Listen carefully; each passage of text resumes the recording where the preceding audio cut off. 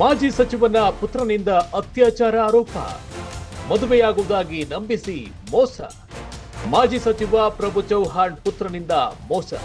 ಬೀದರ್ನ BJP ಮಾಜಿ ಸಚಿವ ಪ್ರಭು ಚೌಹಾಣ್ ಸಂತ್ರಸ್ತೆ ಯುವತಿ ಮಹಿಳಾ ಆಯೋಗಕ್ಕೆ ದೂರು, ಎಸ್ಪಿಗೆ ದೂರು ಕೊಡುವ ಸಾಧ್ಯತೆ.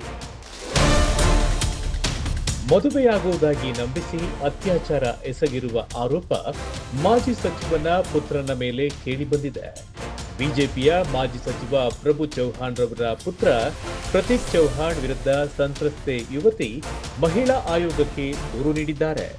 ಮಹಿಳಾ ಆಯೋಗದ ನಂತರ ಎಸ್ಪಿಯವರಿಗೂ ದೂರು ನೀಡಲು ಮುಂದಾಗಿದ್ದಾರೆ. ಎಸ್ಪಿ ಪ್ರದೀಪ್ ಗುಂಟೆಗೆ ದೂರು ನೀಡಲು ಮುಂದಾಗಿದ್ದು, ಸಂತ್ರಸ್ತೆ ಯುವತಿ ಕಾನೂನಿನ ನೆರವು ಪಡೆಯಲು ಮುಂದಾಗಿದ್ದಾರೆ. ಇಲ್ಲಿಯವರೆಗೂ ಮಾಜಿ ಸಚಿವ ಪ್ರಭು ಚೌಹಾಣ್ ರವರು ಯಾವುದೇ ಹೇಳಿಕೆಗಳನ್ನ ನೀಡದೇ ಇರುವುದು ಕ್ಷೇತ್ರದ ಜನರ ಆಕ್ರೋಶಕ್ಕೆ ಕಾರಣವಾಗಿದೆ. ಪ್ರತೀಕ್ ಚೌಹಾಣ್ ಸಹ ಈ ಬಗ್ಗೆ ಮೌನ ವಹಿಸಿದ್ದು, ಪೊಲೀಸರು ಪ್ರತೀಕ್ನನ್ನ ಬಂಧಿಸುವ ಸಾಧ್ಯತೆ ಇದೆ ಎಂದು ಹೇಳಲಾಗುತ್ತಿದೆ.